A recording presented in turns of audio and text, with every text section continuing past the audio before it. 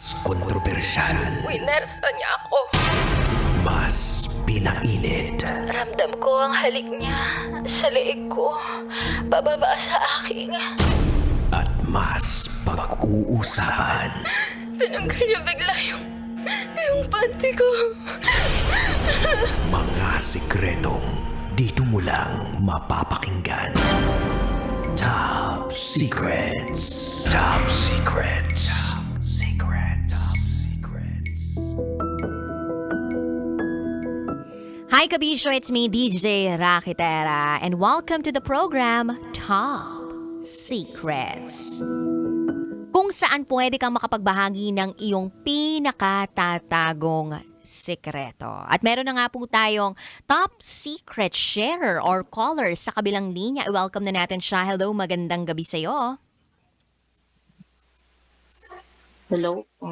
Good evening. Anong pwede naming itawag sa'yo? Grace na lang po. Grace, ilang taon ka na? 26 po. 26. Sang lupalop ka namang galing, Grace. Ano po? Manila, Caloocan. Manila, Caloocan. Okay. Grace, 26 from Manila, Caloocan. Hindi na ako magpapatumpik-tumpik pa. Ano ang top secret mo? Kasi ma'am, nagkaroon po ako ng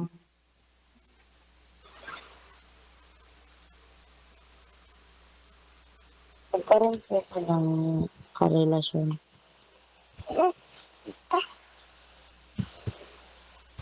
Kasi po, hindi ko naman po alam na may asawa. Tapos po, Saan mo nakilala tong karelasyon na to?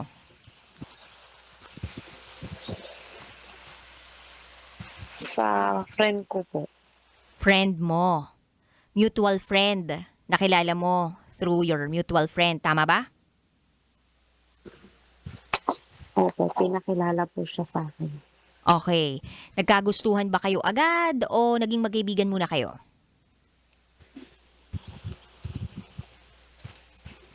Nanligaw naman po siya. Naging magkaibigan. Tapos, naging kami po. Mabilis po yung pangyayari. Ang pakilala niya ba sa'yo, single siya? Opo, single po siya. Sabi niya po, hiwalay po siya. May anak ba sila? Meron po, 3. Paano mo nalaman na sila pa rin pala? Nalaman ko na lang. Nalaman ko po nito din dun sa friend ko na nagpakilala sa akin. Alam niya ba na nagkamabutihan na kayo at naging kayo na?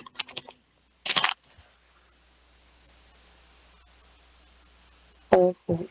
Tapos nito po, hindi ko naman po. Hello Grace, sorry hindi ka namin na masyadong maintindihan. Nilapit mo yung bibig dun sa mikropono ng cellphone mo para mas maintindihan ka namin.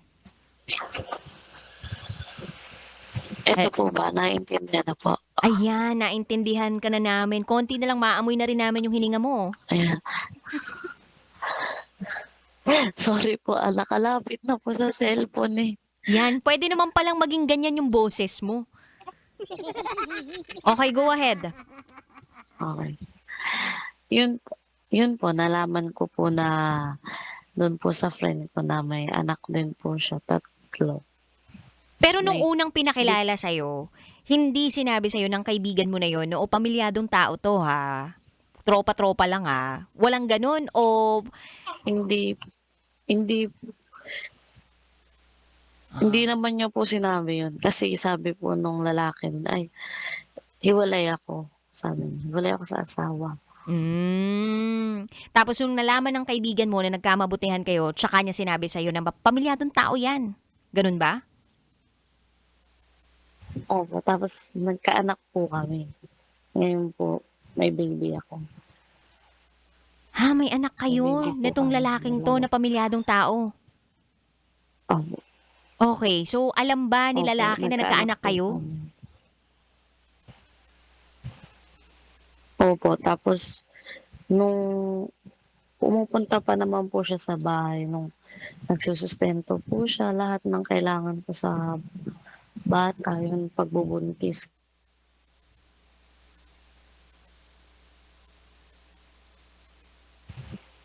Lahat na ibibigay doon Tapos sa bata. kaso po nung huli, opo, nung huli po na nito po parang nahuli po siya nung kalibin niya. Anong ginawa nung kalivin niya?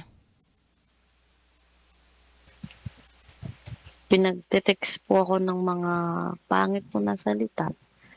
Pinagbabantaan niya po ako. Pati yung anak ko. Anong reply mo?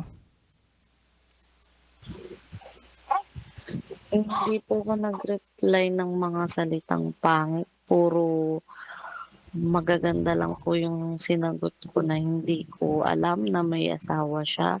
Sabi ko po na hiwalay po siya. Ang sabi niya po sa akin. Ganun pong mga sagot. Hindi po ako nakipag-away. Pero nito lang yan, may anak na kayo. Nung nahuli, Opo, nito lang. si lalaki nung Mm. misis niya. Opo, nahuli po. Anong Opo. Kaso, anong di naman naramdaman po mo? sila kasal. Live-in lang po talaga. Live-in lang. Anong naramdaman mo nung time na yun? Anong sinabi mo dun sa lalaki? Nung pumunta po siya, tinanong ko din po siya na totoo po ba yung lahat ng text ng babae. Ano ba yung tinext ng Inamin babae? niya naman po. Lahat. Totoo naman po. Na May na anak daw sila. sila na panakip-butas. Opo, panakip-butas lang daw ako sa relasyon nila. Kasi nag-aaway daw po sila nung time na yun.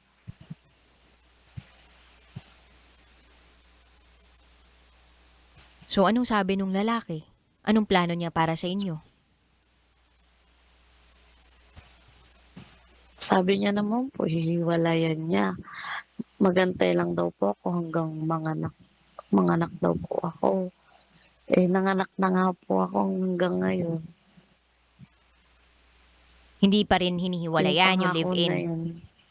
yun, opo, umuwi po siya doon. Pumupunta siya sa akin sa umaga. Saka bago umuwi po ng trabaho. Bago po umuwi sa bahay niya, sa bahay nila. Pumupunta naman po niya kami. Kaso po yung babae, ayaw po kulubayan.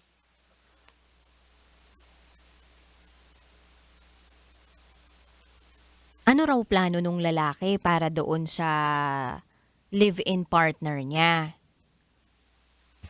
Kailan niya daw gagawin yung pakikipaghiwalay? Sabi niya po, by ito daw pong this January daw po, tatapusin niya na daw po Sure ka ba na mahal ka niyang lalaking yan? Hanggang ngayon naman po, hindi naman. Parang ano ko nga po, sabi ko, hindi naman po siya pwede mamangka sa isang dagat na dalawa kami. Na inuuwian niya po kami. Same niya kaming inuuwian. Hanggang ngayon ba may nangyayari pa rin sa inyo? Hindi po kapapanganak ko lang po. Mhm. Pero kung wala, tuloy-tuloy pa rin.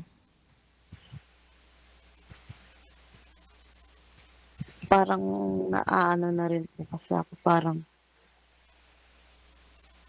sa kanya. Siyempre, sasaw siya sa isa, tapos sa akin po, di ba, napakahirap naman po yata. Mhm. Congratulations pala sa baby, ah. Kaya ihingi lang. Hihingi ka ng... Parang nagugulan na po kasi utak ko kung anong magandang payo sa inyo. Naku, walang ganun dito Kung sa anong programang dapat tapusin ko na po ba o papatuloy. Naku, itong programang to, nakikinig lang to. Walang payo-payo dito. May GCash na katumbas yun. Charot, darot.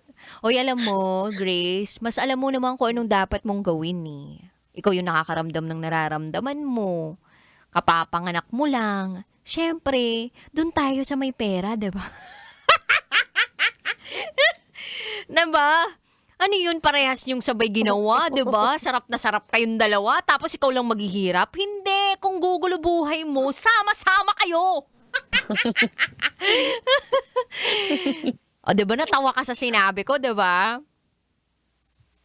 Ganyan yung mga advice ko, kaya hindi nga ako nag-a-advise dito. Ang ano ko po kasi,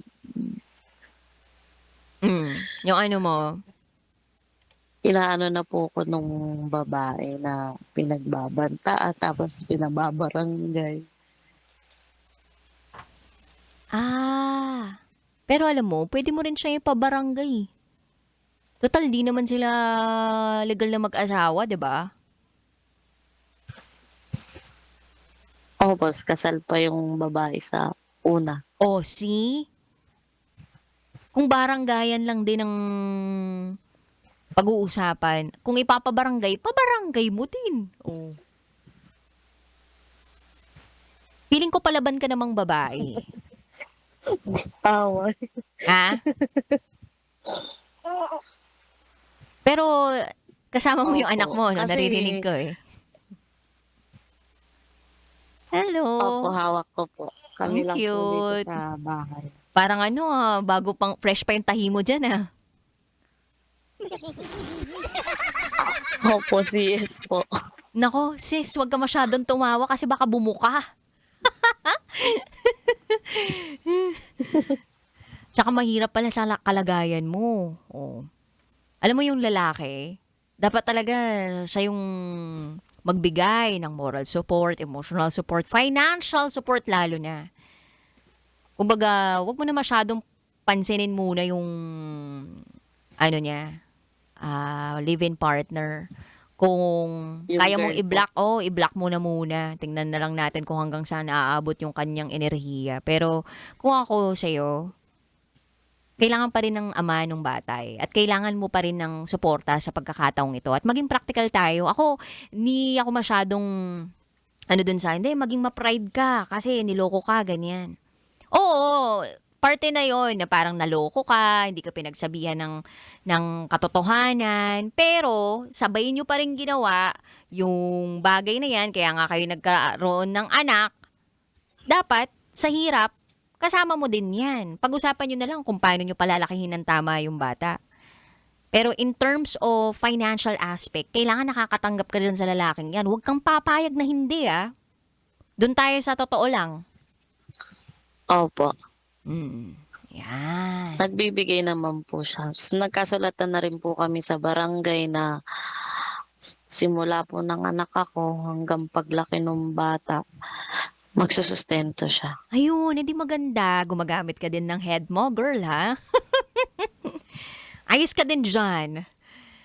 Anyway, oy Grace, maraming salamat sa pagtawag mo. And I hope kahit papaano gumaan yung nararamdaman mo. Meron bang ibang nakakaalam tungkol dyan sa pinagdaraanan mo? O yung kaibigan mo lang na nagpakilala sa inyong dalawa, tsaka yung pamilya niya? Wala po. Wala. Yun lang po. Ayan, salamat Salamat sa pagtitiwala sa programang ito. At sana kahit papaano napagaan namin yung Na-share nararamdaman ko mo. lang po. Oo. Opo. Ito namang programang to, hindi ka naman uusgahan eh. Ikaw talaga ay pakikinggan. At sana mapalaki mo ng tama yung bata at maging maayos ang iyong kalusugan. Lalo ka na, di ba, kaka-CS mo lang, kaka-opera mo lang. So maraming salamat. Again, good night and God bless to you. God bless you pala, rather. Thank you. Thank you, Grace. Bye.